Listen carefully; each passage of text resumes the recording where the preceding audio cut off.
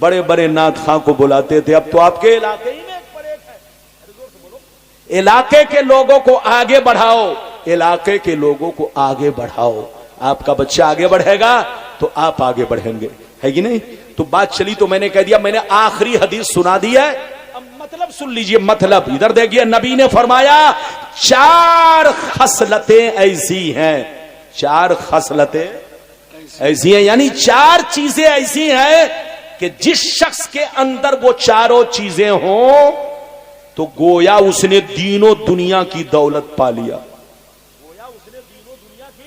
زور سے بولو, دولت پا لیا. 4 چیزیں جس کے اندر, پیٹ ڈھانکو, بس تقریر ختم ہو رہی ہے, دھیان سے سنو. نبی نے فرمایا کہ 4 چیزیں جس کے اندر ہو, یہ یاد رکھو کہ وہ آدمی بڑا مقدر والا ہے. 4 چیزیں, 4 خصلتیں, 4 اوصاف جس کے اندر موجود ہوں, سمجھو کہ اس کو دین و دنیا کی بھلائی مل گئی, دین و دنیا کی دولت مل گئی. صحابہ نے پوچھا ہے اللہ کے رسول وہ 4 چیزیں کیا ہیں؟ تو نبی نے فرمایا قلب شاکرون, شکر گزار دل. کیا فرمایا؟ نمبر 1 شکر گزار دل. کیا مطلب؟ وہ دل جو اپنے اللہ کا شکر گزار ہو, جو اپنے رب کا شکر گزار ہو, نمبر 1. اور دوسرے نمبر پر لسان ذاکرون, اللہ نے اگر زبان دیا ہے تو بندہ اللہ کا ذکر کرتا رہے. یہ 2 دولتیں. تیسری دولت کیا ہے سنیے, نبی فرماتے ہیں بدن علی البلاء صابرون, جب کوئی مصیبت آ جائے تو صبر کرے. یہ 3 دولتیں ہو گئیں. اور چوتھی دولت, جس کو ایسی بیوی ملی ہو جو اپنے نفس میں بھی خیانت نہ کرتی ہو اور شوہر کے مال میں بھی خیانت نہ کرتی ہو. اگر کسی کو ایسی بیوی مل گئی کہ جو اپنے نفس میں بھی خیانت نہ کرتی ہو اور شوہر کے مال میں بھی خیانت نہ کرتی ہو, یہ 4 چیزیں جس کو میسر ہو گئیں, یہ 4 خوبیاں جس کے اندر پالی گئیں, سمجھو وہ مقدر والا ہے. اس کو دین و دنیا کی بھلائی نصیب ہو گئی, دین و دنیا کی دولت نصیب ہو گئی. 3 چیزیں تو آپ کو سمجھ میں آ گئی. لیکن آخری میں نبی نے کیا کہا؟ ایسی بیوی ہو جو اپنے نفس میں بھی خیانت نہ کرے اور شوہر کے مال میں بھی خیانت نہ کرے. مال میں خیانت کرنے کا مطلب یہ ہے کہ شوہر نے اگر 10,000 روپے دیے کہ بچوں کے پڑھائی پر خرچ کرنا, بچوں کے کپڑے پر خرچ کرنا, بچوں کے کھانے پینے پر خرچ کرنا, تو بیوی کو جن چیزوں کے لیے پیسہ دیا گیا ہے انہی چیزوں میں خرچ کرے. اپنی من مانی اس کے پیسے کا استعمال نہ کرے, کیونکہ یہ امانت میں خیانت ہے. شوہر کو دھوکہ دینا ہے. شوہر نے تو کہا تھا کہ جاؤ میرے بچے کو اس سے اچھا کھانا کھلاؤ, اچھے کپڑے پہناؤ, اچھی تعلیم دو, بچے کو پڑھاؤ لکھاؤ, بچے کی صحیح پرورش کرو. یہ ہوا شوہر کے مال میں خیانت نہ کرنا. حضرات شہزادہ حضور بادشاہ بلگرام تاجدار بلگرام شریف گل گلزار واحدیت شیخ کامل مرشد کامل سرکار حسین میاں صاحب قبلہ کی آمد ہو رہی ہے. نعرہ تکبیر. ذرا ہاتھوں کو اٹھا کر کے واحدی دولہا کا استقبال کریں. نعرہ تکبیر, نعرہ رسالت, نعرہ رسالت. گلے گلزار واحدیت شیخ طریقت آمد سرکار حسین ملت, آمد سرکار حسین ملت. عشق محبت, عشق محبت, واحدی دولہا.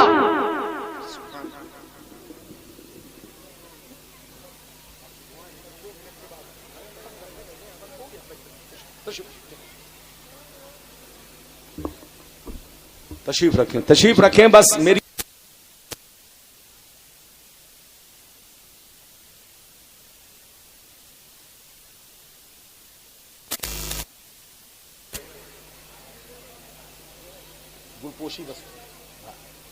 بیٹھیے بیٹھیے جلدی تشریف رکھیں.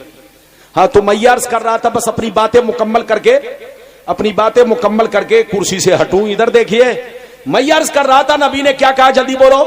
4 چیزیں جس کے اندر موجود ہوں 4 خوبیاں 4 خصلتیں جس کے بس ہو گیا، بس دیکھ رہے تقریر کر رہے ہیں، بیٹھیے تشریف رکھیے، بیٹھے، تقریر کے درمیان یہ سب نہیں ہونا چاہیے، بیٹھیے۔ ایک تو پورا بدن بھیگا، ارے پورا بدن بھیگا ہوا گلاب کا، آپ دیکھ رہے ہیں، لگے گا تو پورا کپڑا بھی خراب ہوگا، سب خراب ہوگا، بیٹھیے تشریف رکھیے۔ گلاب کا پھول ہی پہنانا تھا تو شروع میں پہناتے، دوران تقریر یہ سب نہیں ہونا چاہیے۔ میں یہ عرض کر رہا تھا، ادھر دیکھیے تشریف رکھیے، بس ناراض نہیں ہوئیے گا، بس آپ آخری بات سنیے۔ 4 خوبیاں جس کے اندر موجود ہوں گویا اس کو دین و دنیا کی بھلائی مل گئی۔ آپ نے سن لیا، نمبر 1 قلب شاکرون، شکر گزار دل، لسان ذاکرون۔ نمبر 2 کیا ہے؟ شکر گزار، بولو ذکر کرنے والی زبان، اللہ کی یاد میں مست رہنے والی زبان۔ اور تیسرے نمبر پہ مصیبت میں صبر کرنے والا بدن۔ اور چوتھے نمبر پہ وہ بیوی جو اپنے شوہر کے مال میں بھی خیانت نہ کرے اور اپنے نفس میں بھی خیانت نہ کرے۔ مال میں خیانت کرنے کا مطلب سمجھ گئے؟ شوہر نے اگر 10,000 روپے دیے کہ تم کو میرے بچے کی پڑھائی پر خرچ کرنا ہے، بچے کی تعلیم پر خرچ کرنا ہے، بچے کی خوراک پوشاک پر خرچ کرنا ہے، تو جتنا کہا ہے اتنا ہی کرے۔ یہ نہیں کہ اپنے پیسے کو اپنے میکے روانہ کر دے یا ان کے پیسے کا غلط استعمال کرے۔ ایسا کرنا بہت بڑا گناہ ہے، یہ شوہر کو دھوکہ دینا ہے، یہ شوہر کے ساتھ خیانت کرنا ہے۔ اور آگے سنیے، نفس میں خیانت کرنے کا کیا مطلب ہے؟ نفس میں خیانت کرنے کا مطلب یہ ہے کہ اپنے شوہر کے رہتے ہوئے دوسروں سے نظریں ملانا، آنکھ مچولی کرنا، دوسروں سے پیار کرنا، دوسروں کو اچھا سمجھنا۔ ابے یاد رکھو، وہ عورت نہایت ہی غدار ہے کہ اپنے شوہر کو چھوڑ کر کے دوسروں کی طرف لالچ رکھے، اپنے نفس کا سودا کرے، اپنے شوہر کے ساتھ غداری کرے، اپنے شوہر کو دھوکہ دے۔ نبی نے فرمایا، وہ عورت جو اپنے نفس میں خیانت کرتی ہے وہ شوہر کو دھوکہ دیتی ہے۔ ایسی عورت کو زندہ رہنے کا کوئی حق نہیں ہے۔ اس لیے خبردار، اپنے نفس کو شریعت کے دائرے میں رکھو۔ اگر تم کو خوبصورت سمجھنا ہے تو اپنے شوہر کو سمجھو، پیار کرنا ہے تو اپنے شوہر کو سمجھو، شریک زندگی سمجھنا ہے تو اپنے شوہر کو سمجھو، اپنی زندگی کا ماوا ملجا سب اپنے شوہر کو سمجھو۔ شوہر کی ذات پر بھروسہ رکھو۔ شوہر تمہیں نمک روٹی کھلائے تو نمک روٹی کھاؤ، شوہر اگر تمہیں مرغا کھلائے تو مرغا کھاؤ۔ نبی نے فرمایا، وہ عورت غدار ہے جو اپنے نفس میں بھی خیانت کرتی ہو اور شوہر کے مال میں بھی خیانت کرتی ہو۔ اس لیے اے ہماری ماں بہنیں، عزت کے ساتھ زندگی گزارو۔ جو شوہر تمہارے لیے خون پسینہ بہاتا ہے، ممبئی جاتا ہے، دلی چاہتا ہے، نہ جانے تمہیں چھوڑ کر، بچوں کو چھوڑ کر کے کتنی پریشانیوں سے 2 پیسے کماتا ہے، ان کے پیسے کا غلط استعمال مت کرو۔ ان کے پیسے میں کن کا حق ہے اس حق کو پہچانو اور جیسا کہا ہے ویسا ہی استعمال کرو۔ اور اپنے شوہر کے رہتے ہوئے کسی اور کی طرف مائل ہونا یہ بہت بڑا گناہ، بہت بڑا دھوکہ اور بہت بڑی خیانت ہے۔ اللہ آپ کو سلامت رکھے، آباد رکھے، جلسے کو قبول فرمائے، میرا آنا سب کا آنا قبول فرمائے۔ چلتے چلتے 3 جملے بیان کرتا ہوں۔ جہاں رہیے مسلمان بن کر رہیے، اپنی زندگی کو شریعت کے مطابق رکھیے، مسجد کو بھی آباد رکھیے، گھر کو بھی آباد رکھیے، سینہ کو بھی آباد رکھیے۔ مسجد آباد رہتی ہے عبادت سے، مسجد آباد رہتی ہے عبادت سے، اور گھر آباد رہتا ہے قرآن کی تلاوت سے، اور سینہ آباد رہتا ہے نبی کی محبت سے۔ جن کے پاس یہ تینوں انمول دولتیں ہیں وہی سچا پکا مسلمان ہے، وہی اچھا مسلمان ہے۔ اللہ آپ کو سلامت رکھے، آباد رکھے، جلسے کو قبول فرمائے، میرا آنا سب کا آنا قبول فرمائے۔ انشاءاللہ پھر ملاقات ہوگی، اجازت دیجئے، خدا حافظ۔ اگر قصدن صاحب لفظ مانن کہیں سے سمجھانے میں زبان پھسل گئی ہو. ابھی چچا میاں آئے پھول پہنانے, میں جوش میں تھا, یقینی بات ہے بات سمجھانے میں, بولیے تھوڑا سا مجھ کو ہو سکتا ہے مسٹیک ہو جاتا تو میں نے پھول نہیں پہنانے دیا. تو اب ایسا نہیں کہ آپ ناراض ہو جائیں گے, اگر ناراض ہو گئے ہو تو معاف کر دیجئے گا.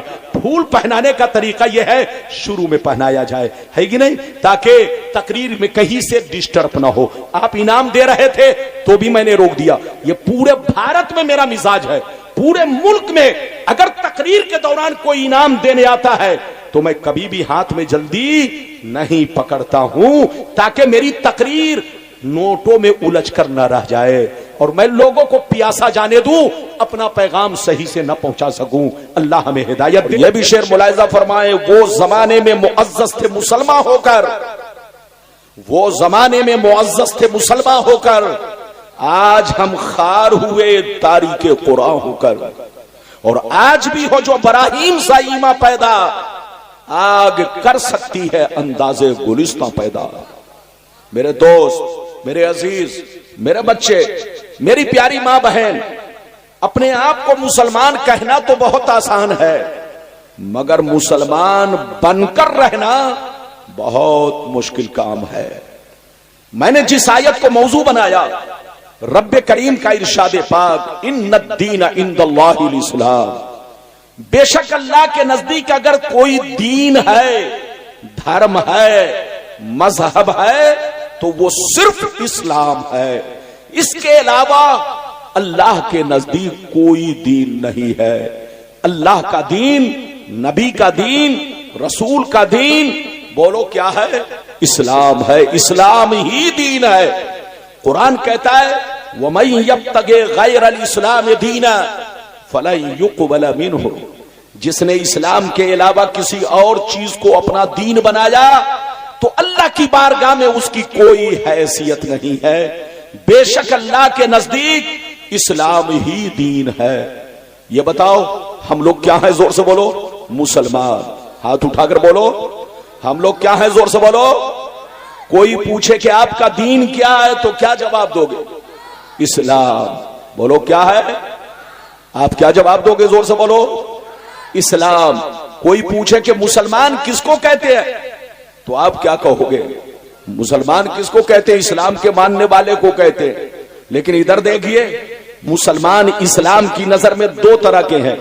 ایک وہ مسلمان ہے جو دنیا کی نظر میں مسلمان ہے, اور دوسرا وہ مسلمان جو اسلام کی نظر میں مسلمان ہے. دنیا کی نظر میں مسلمان وہ ہے جس کا نام عبداللہ ہے, جس کا نام محمد ہے, جس کا نام عبد الغفار ہے, جس کا نام عبد الستار ہے.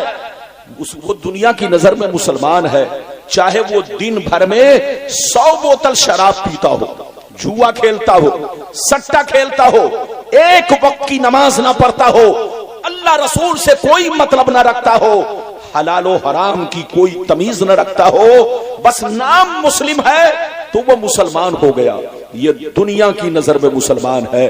مگر شریعت کی نظر میں, اسلام کی نظر میں مسلمان کس کو کہتے ہیں؟ ادھر دیکھیے, مسلمان وہ ہے جو سچے دل سے اللہ رسول سے سچی پکی محبت رکھے اور اپنی زندگی کو شریعت کے مطابق رکھے. ادھر دیکھیے, اس کا نام مسلمان ہے. یہ مسلمان شریعت کی نظر میں ہے, ایسا مسلمان اسلام کی نظر میں ہے. مسلمان اس کو کہتے ہیں جو 5 وقتہ نماز کا پابند ہو. مسلمان اس کو کہتے ہیں کہ رمضان کا 1 مہینہ روزہ رکھتا ہو. مسلمان اس کو کہتے ہیں جو اپنی زندگی کو شریعت کے مطابق رکھتا ہو. مسلمان اس کو کہتے ہیں جو حرام سے بچتا ہو, حلال کھاتا ہو. اس کا نام مسلمان ہے. آج لوگ کہتے مسلمان بڑا پریشان ہے. 190 کروڑ مسلمان, آج پوری دنیا میں تمہاری کوئی حیثیت نہیں ہے, کیونکہ تم ڈپلیکیٹ بن چکے ہو, اوریجنل نہیں ہو.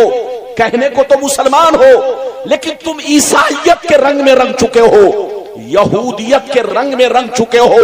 تمہارا کردار یہودی کی طرح, تمہارا چال چلن یہودی کی طرح, تمہارا رکھ رکھاؤ یہودی کی طرح, تمہارا بول چال یہودی کی طرح. پوری زندگی کو آج کے دور میں مسلمان یہودیت کے رنگ میں رنگ چکا ہے، عیسائیت کے رنگ میں رنگ چکا ہے۔ یہی وجہ ہے کہ آج تباہی ہمارے سامنے ہے۔ جوتا کھا رہے ہیں، کوئی بولنے والا نہیں ہے، بولو ڈنڈے کھا رہے ہیں، کوئی بولنے والا نہیں ہے۔ یاد رکھیے، سچے مسلمان بنو، پکے مسلمان بنو۔ سچا مسلمان وہ ہے جو اپنے نبی کا علم بردار ہو، سچا مسلمان وہ ہے جو شریعت کا وفادار ہو، سچا مسلمان وہ ہے جو اپنے آپ کو شریعت کے رنگ میں رنگ چکا ہو، سچا مسلمان وہ ہے جو اپنے نبی کے راستے پر چلتا ہو، یہودیت کے راستے سے نفرت رکھتا ہو، عیسائیت کے راستے سے نفرت رکھتا ہو۔ مسلمان وہ ہے جو کھانا کھائے تو اسلام کے مطابق، پانی پیے تو اسلام کے مطابق، اپنی بچی کی شادی کرے تو اسلام کے مطابق، نکاح کی محفل سجائے تو اسلام کے مطابق۔ اس کا نام سچا پکا مسلمان ہے۔ آپ کا قرآن کہتا ہے وَأَنْتُمُ الْأَعْلَوْنَ إِن كُنتُم مُؤْمِنِينَ، دنیا میں تم ہی عزت والے رہو گے، دنیا میں تم ہی شان والے رہو گے، دنیا میں تم ہی مرتبے والے رہو گے۔ شرط یہ ہے کہ تمہارا ایمان بھی پکا رہے اور تم سچے مسلمان بن کر رہو، تو دنیا کی کوئی طاقت تمہیں ہلا نہیں سکتی۔ لیکن آج جو تم برباد ہو رہے ہو، یہ تمہاری غلطی ہے، تمہارا قصور ہے۔ پہلے میں وہ حدیث سنانا چاہتا ہوں، ادھر دیکھیے کہ مسلمانوں کو کس طرح اپنے پیغمبر کے راستے پر چلنا چاہیے۔ پھر جیسے جیسے وعدہ کیا ہے میں آپ کو حدیث سناؤں گا، بالکل ادب سے بیٹھیں، مکمل تقریر سن کر یہاں سے جائیں۔ آئیے سب سے پہلے اگر حدیث سننا چاہتے ہیں تو سارا مجمع آپ لوگ ادب کے ساتھ ہاتھ اٹھا کر کہیں سبحان اللہ، اور زور سے بولے سبحان اللہ۔ ماشاءاللہ غور سے سنے، ترمذی شریف جلد ثانی باب الامثال صفحہ نمبر 113، عن جابر بن عبداللہ الانصاری رضی اللہ تعالی عنہ قال خرج علینا رسول اللہ صلی اللہ تعالی علیہ وسلم فقال انی رأیت فی المنام کأن جبرائیل عند راسی ومیکائیل عند رجلی یقول احدهما لصاحبه اضرب له مثلا فقال اسمع سمعت اذنك واقل اقل قلبك انما مثلك ومثل امتك كمثل ملك اتخذ دارا ثم بنى فيها بيتا ثم جعل فيها مائدا ثم بعث رسولا يدعو الناس الى طعامه فمنهم من اجاب الرسول ومنهم من تركه فالله هو الملك والدار هو الاسلام والبيت والجنة وأنت يا محمد رسول فمن أجابك دخل الإسلام دخل الجنة ومن دخل الجنة أكل ما فيها۔ نعرہ تکبیر، نعرہ رسالت، مسلک اعلی حضرت، فیضان اعلی حضرت حضرت انس میاں صاحب قبلہ، نعرہ تکبیر، نعرہ رسالت۔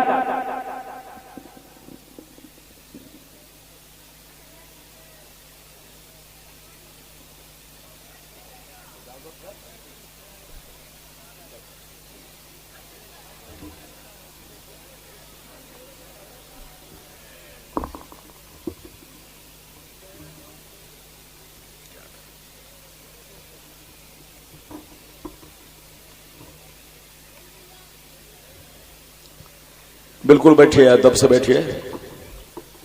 آپ دیکھ رہے ہیں شہزادہ رسول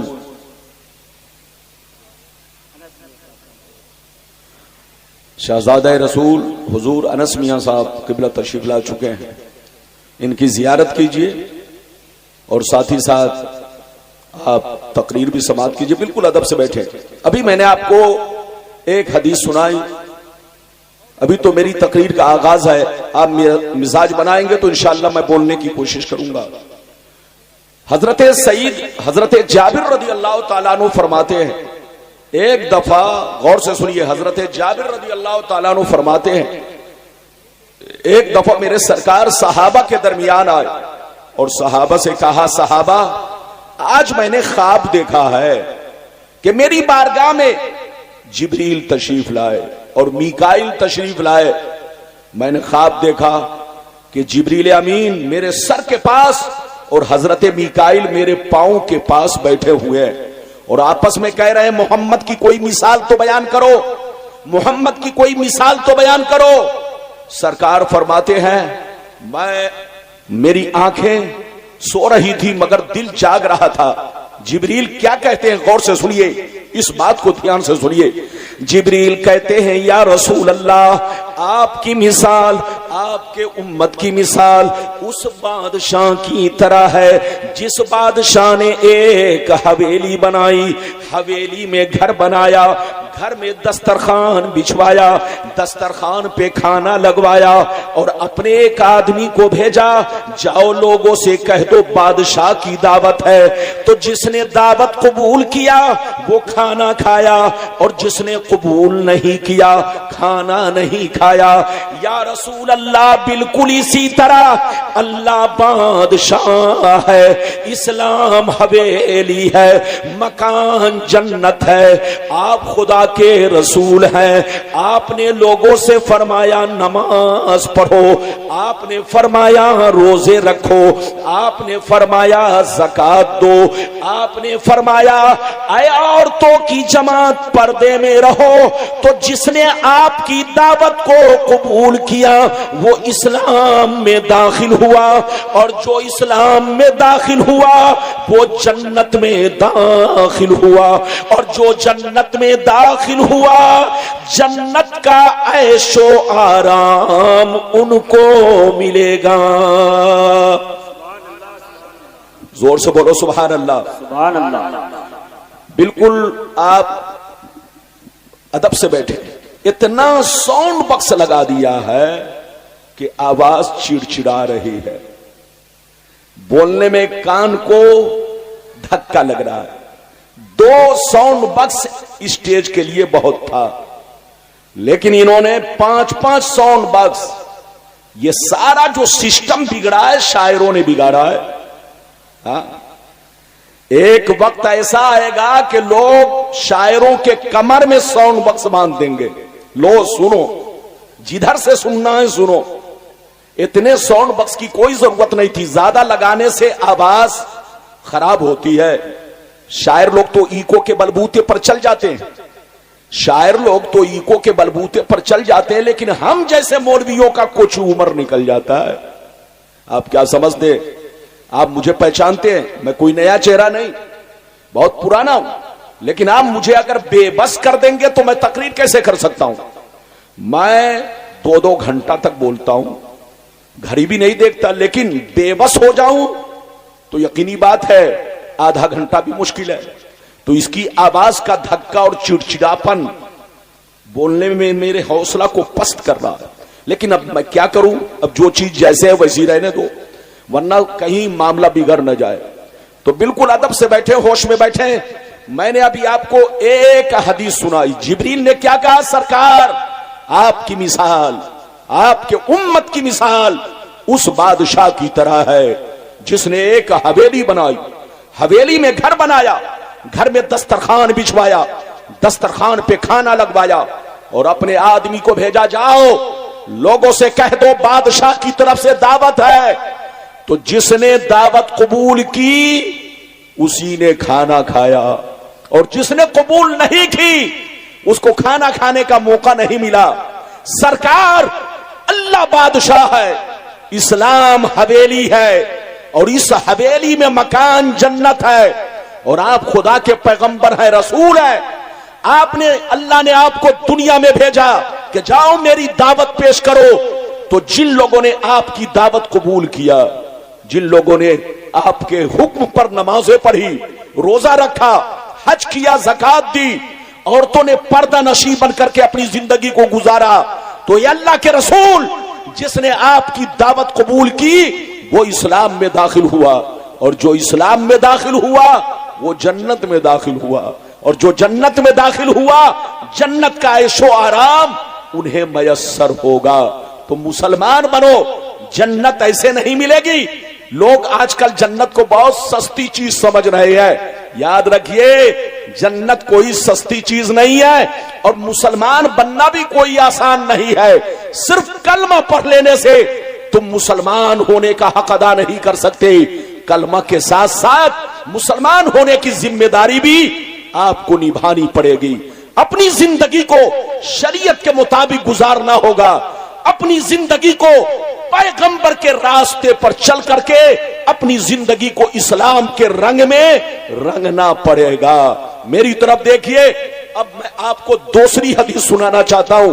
ایسی ایسی حدیث سناؤں گا کہ بدن کے رونگٹے کھڑے ہوں گے اور اللہ کا خوف پیدا ہوگا. بشرطے کہ میری تقریر کو سن کر کے جائیے. اجازت ہے تو میں دوسری حدیث سناؤں. سارا مجمع اگر حدیث سننا چاہتا ہے تو ہاتھ اٹھا کر بولو سبحان اللہ. اور زور سے بول دو سبحان اللہ.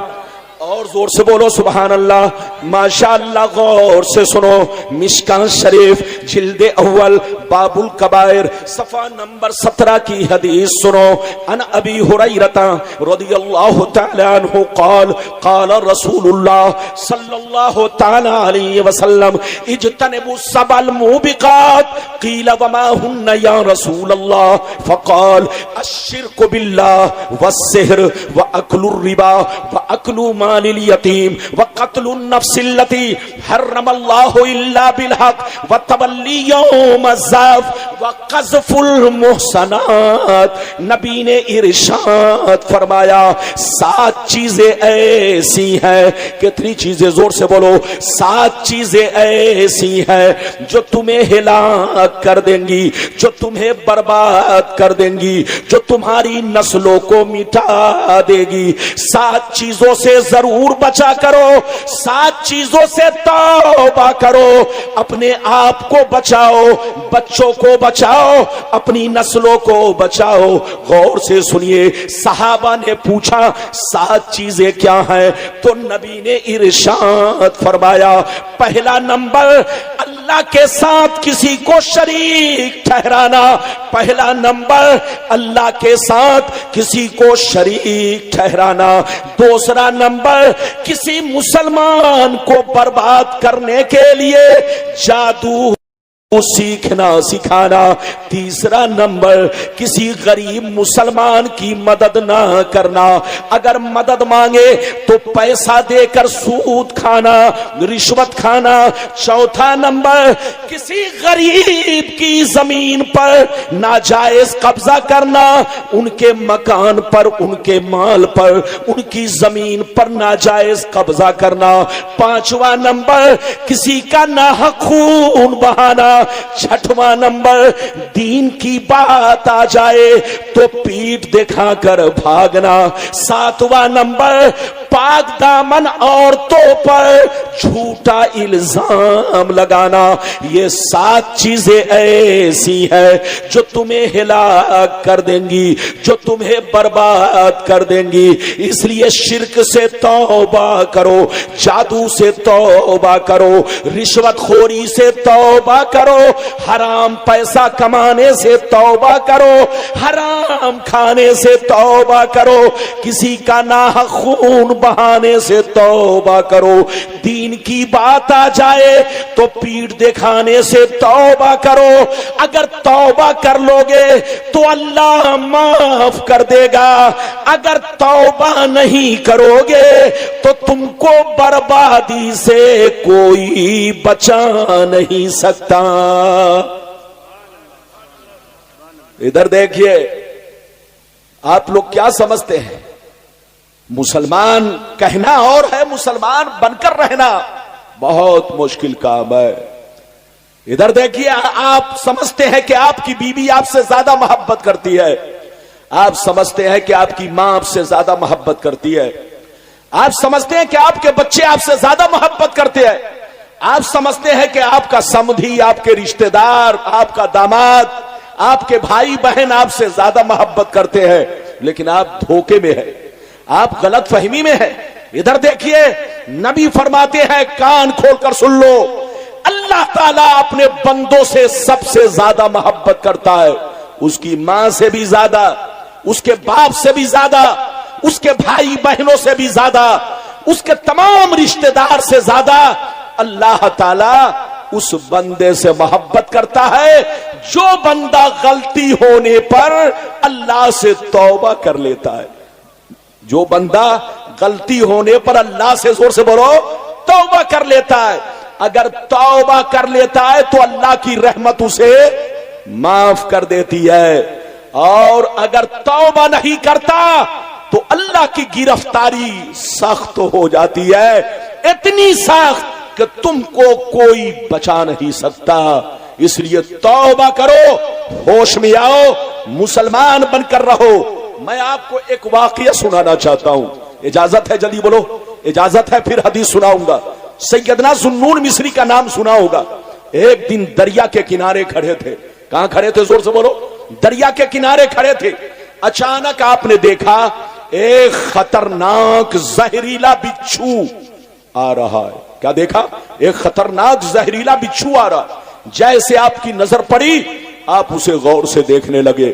جب دیکھنے لگے تو آپ نے کیا دیکھا؟ یہ بچھو دریا کے کنارے گیا. اچانک ایک چھوٹا سا میڈک اوپر آیا. بچھو اس کی پیٹھ پر بیٹھا اور میڈک اسے پانی میں لے کر تیرنے لگا. اس پار لے گیا اور لے جا کر بچھو کو چھوڑ دیا. بچھو اترا اور بڑی تیزی سے چلنے لگا. ایک درخت کے سامنے جا رہا تھا بچھو. آپ فرماتے ہیں کہ جیسے میری نظر پڑی تو میں نے کیا دیکھا؟ درخت کے نیچے ایک جوان چھوکرا بے ہوش پڑا ہے اور اس کے سینے پر سانپ بیٹھا ہے. اچانک سانپ اسے ڈسنے والا تھا کہ یہ خطرناک بچھو گیا. سانپ کو ایسا ڈنک مارا کہ 1 منٹ میں سانپ دم توڑ دیا، مر گیا. بچھو وہاں سے لوٹا اور دریا کے کنارے آیا، میڈک کی پیٹھ پر بیٹھا. پھر میڈک نے اسے اس پار لا کر چھوڑ دیا. سیدنا ذوالنون مصری جب یہ منظر دیکھتے ہیں آپ کی آنکھوں میں آنسو آتے ہیں. آپ اللہ کی بارگاہ میں دل ہی دل میں عرض کرتے ہیں، پروردگار لگتا ہے یہ تیرا نیک بندہ ہے، لگتا ہے یہ تیرا ولی ہے. یہ اللہ، اسے سانپ ڈسنے والا تھا لیکن تو نے بچھو کو بھیج کر کے سانپ کو مروا دیا اور اس کی جان بچا لی. یہ اللہ لگتا ہے یہ تیرا دوست ہے. آپ آہستہ آہستہ آگے بڑھے. جیسے جوان کے قریب پہنچے تو آپ نے کیا دیکھا؟ اس کے منہ سے شراب کی بدبو آ رہی ہے. جیسے بدبو ملی آپ چیخ مار کر رب سے کہنے لگے، پروردگار یہ تو شرابی ہے، یہ تو نافرمان ہے، اسے مر جانا چاہیے. یہ اللہ تو نے سانپ کو مروا دیا اور بچھو، اے اللہ تو نے سانپ کو مروا دیا اور تو نے اس جوان کی جان بچا لی. بچھو کے ذریعے سانپ کو مروا دیا اور تو نے اس کی جان بچا لی. یہ اللہ اسے تو دنیا میں زندہ رہنے کا حق نہیں ہے. تو ندا آئی، ذوالنون مصری کان کھول کر سن لو، تمہارا رب بڑا مہربان ہے، تمہارا رب بڑا رحیم ہے، تمہارا رب بڑا کریم ہے. اپنے کسی بھی بندے کو فوراً سزا نہیں دیتا، اپنے کسی بھی بندے کو فوراً عذاب میں مبتلا نہیں کرتا. پہلے اس کو توبہ کا موقع دیتا ہے، پہلے اس کو سدھرنے کا موقع دیتا ہے، پہلے اسے ہوش میں آنے کا موقع دیتا ہے. اگر وہ توبہ نہیں کرتا، ہوش میں نہیں آتا، تب میری گرفتاری سخت ہو جاتی ہے، تب میں اس پر سزا مسلط کرتا ہوں. اے ذوالنون مصری، یہ بندہ میرا شرابی ہے، دیکھنا جب ہوش آئے گا تو ضرور توبہ کرے گا. جیسے ہوش آیا توبہ کیا. جیسے ہوش آیا ذوالنون مصری کے چہرے پر نظر پڑی، شرمندہ ہوا. آپ نے پوچھا، اے جوان کیا تجھے کچھ خبر ہے؟ یہ دیکھ مرا ہوا سانپ تیرے سینے پر بیٹھا تھا، یہ زندہ تھا، تجھے ڈسنے والا تھا، لیکن اللہ نے خطرناک بچھو کو بھیج کر کے سانپ کو مروا دیا اور تیری جان بچا لی. کیا ابھی بھی وقت نہیں ہے کہ توبہ کرو؟ اتنا سننا تھا، وہ چیخ مار کر رونے لگا، کہنے لگا، میرے رب، میرے پروردگار، تو کتنا بڑا مہربان ہے، کتنا بڑا رحیم و کریم ہے کہ مجھ جیسے پاپی کی جان تو نے بچھو کے ذریعے بچائی، بچھو کے ذریعے سانپ کو مروا دیا اور مجھے بچا لیا. یہ اللہ آج سے میں توبہ کرتا ہوں کہ اب میں شراب نہیں پیوں گا، جب تک دنیا میں رہوں گا تیرے رسول کی زندگی کے مطابق اپنی زندگی گزاروں گا، تیری شریعت کے مطابق اپنی زندگی گزاروں گا، تیرے قانون کے مطابق اپنی زندگی گزاروں گا۔ ندا آئی ذوالنون مصری، میرے اس بندے سے کہہ دے کہ اللہ نے توبہ بھی قبول کر لی ہے اور اپنا اسے دوست بھی بنا لیا ہے۔ مٹا دو اپنی ہستی کو۔ نعرہ رسالت، مسلک اعلی حضرت، فیضان اولیاء کرام، آمد شہزاد حضور فاتح بالگرام۔ مٹا دو اپنی ہستی کو اگر کچھ مرتبہ چاہو کہ دانا خاک میں مل کر گلے گلزار ہوتا ہے۔ غلطی سب سے ہوتی ہے، زور سے بولو، غلطی سب سے ہوتی ہے، لیکن سب سے بڑا مجرم وہ ہے جو غلطی کرے اور سینہ تان کر چلے۔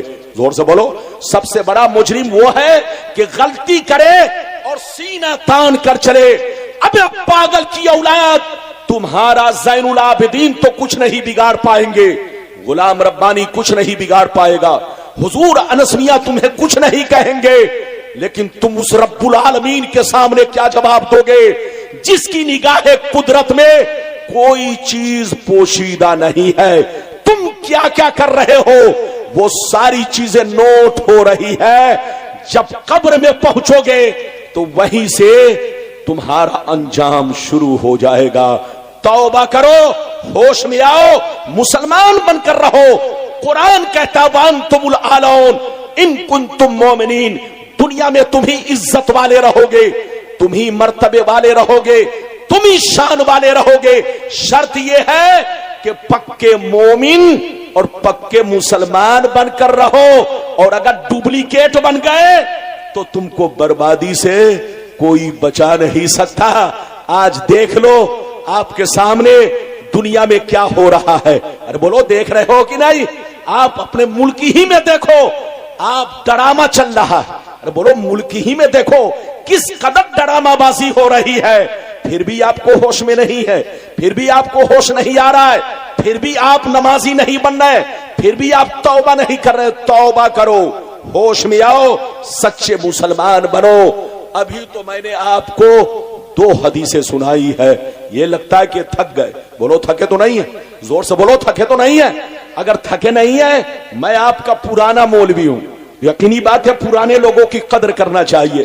اس علاقے میں شاید کوئی گاؤں بچا ہوگا، لگتا ہے کہ اسماعیل پور میں بھی میں بول چکا ہوں، ہے نا؟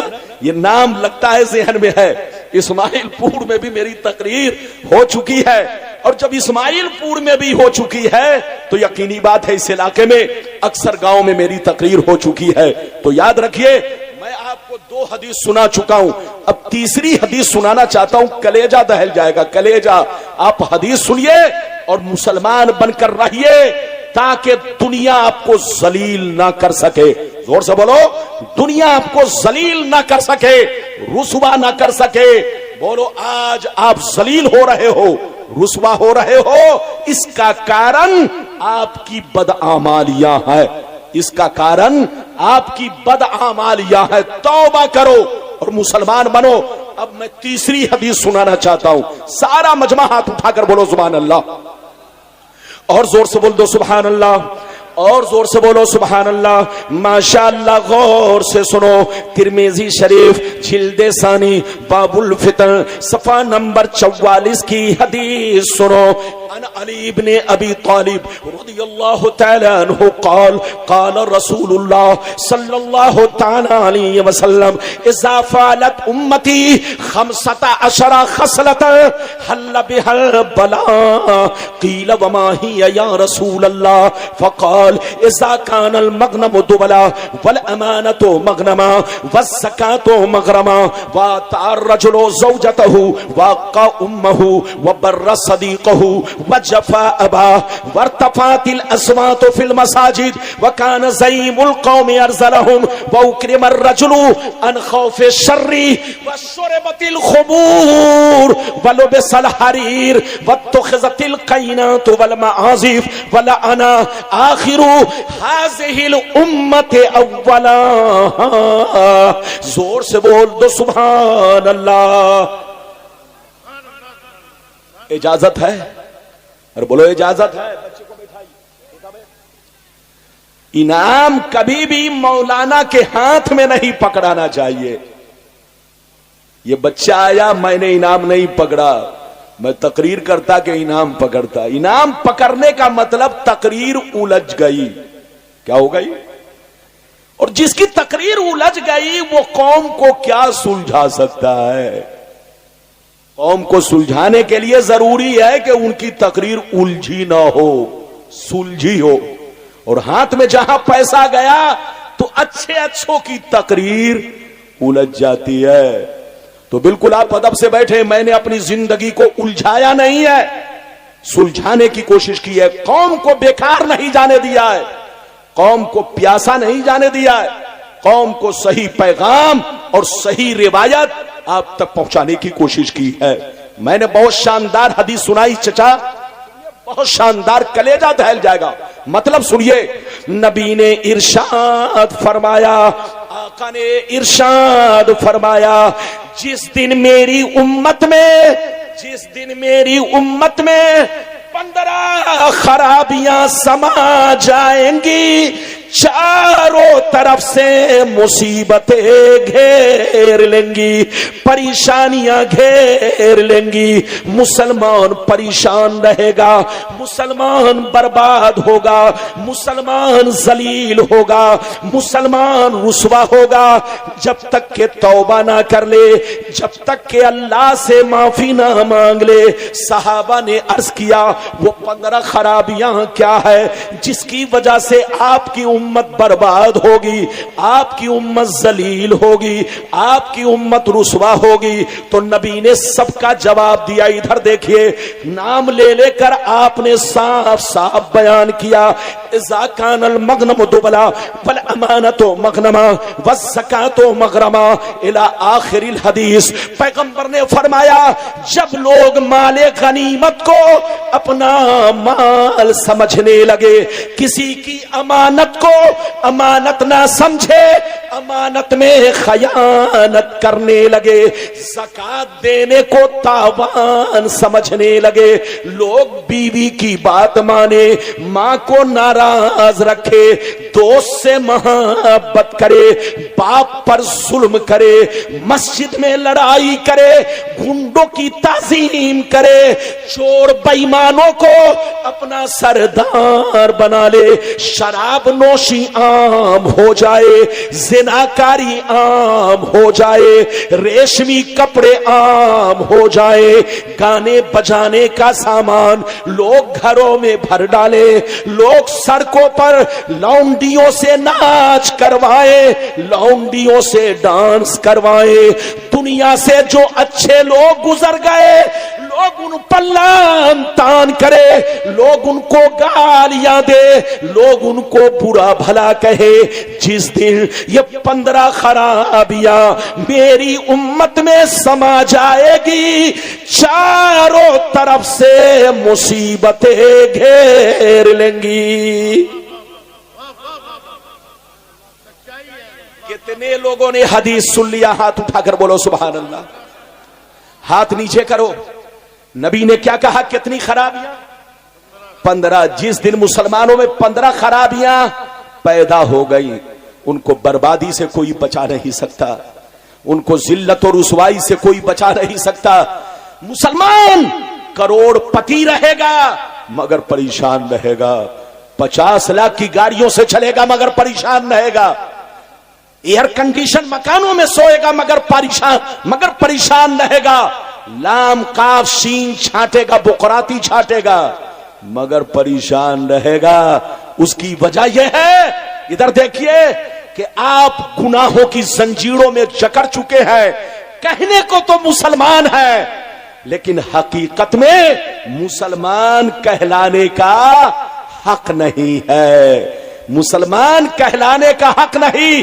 حق اسے ہے جو نبی کے راستے پر چلتا ہو، حق اسے ہے جو قرآن کے مطابق چلتا ہو، حق اسے ہے جو اپنے بیٹیوں کی شادی شریعت کے مطابق کرتا ہو، حق اسے ہے جو 5 وقتہ نماز پڑھتا ہو، حق اسے ہے جو اپنے بیوی بچوں کو